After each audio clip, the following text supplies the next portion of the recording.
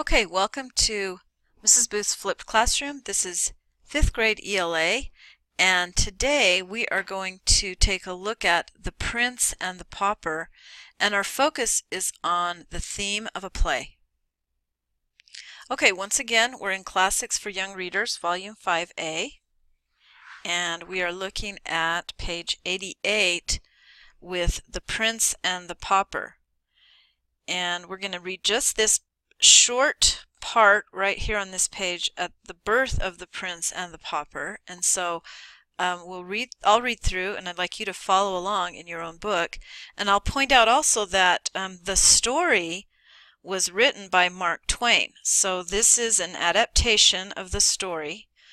You could always at some point read Mark Twain's version of the story, but this is an adaptation, and it's a play also. So it's taken several forms over the years, but this time we're going to read one of the summaries here, kind of a brief explanation to the play so you have some background knowledge.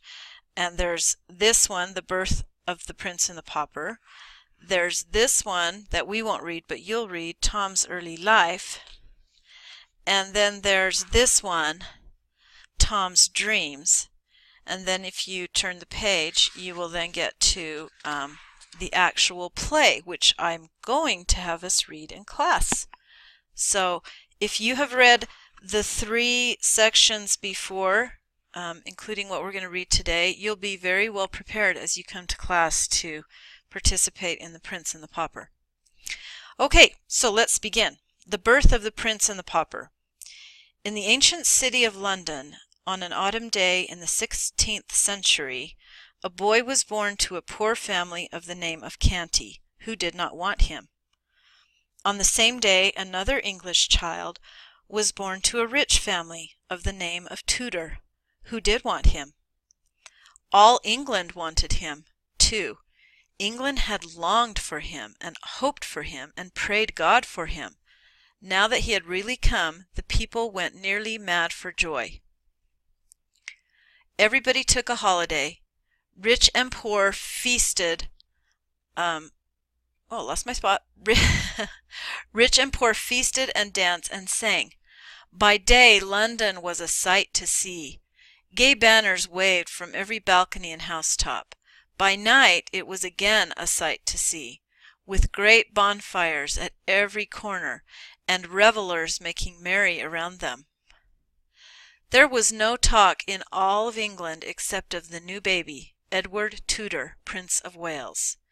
The baby lay in silks and satins, not knowing that great lords and ladies were watching over him, and not caring either. But there was no talk about the other baby, Tom Canty, in his poor rags, except among the family of paupers, whom he had just come to trouble with his presence. Okay, let me take a minute. I want to underline some. Remember, I put my sheet protector so I don't actually mark in the book. I'm marking on top of the book. Okay, so first of all, I want to make note that this story takes place in the 16th century. Okay, so long before now. And it, as you notice, it talks about 2 births, okay? The birth of a prince and a pauper.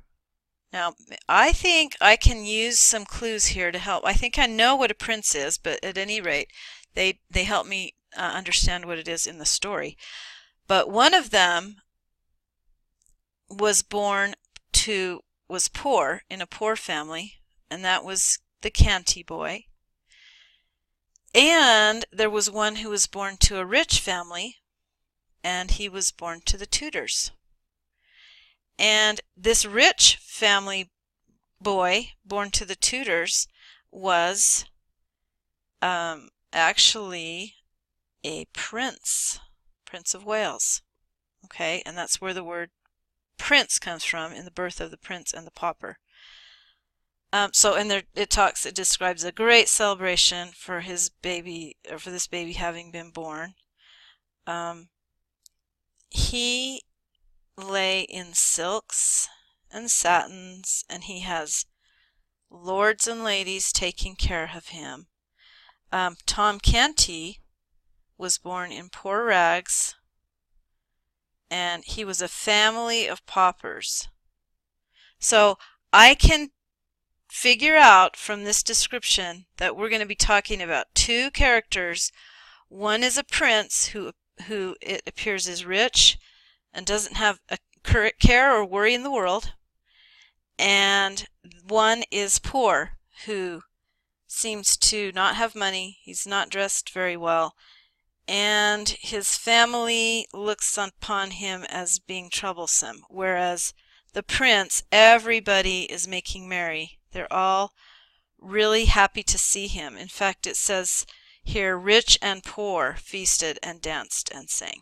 Okay, so this is really important context for the story that we're going to talk about and the play that we're going to read in class. So I look forward to seeing you in class as we discuss and learn about The Prince and the Pauper. See you there.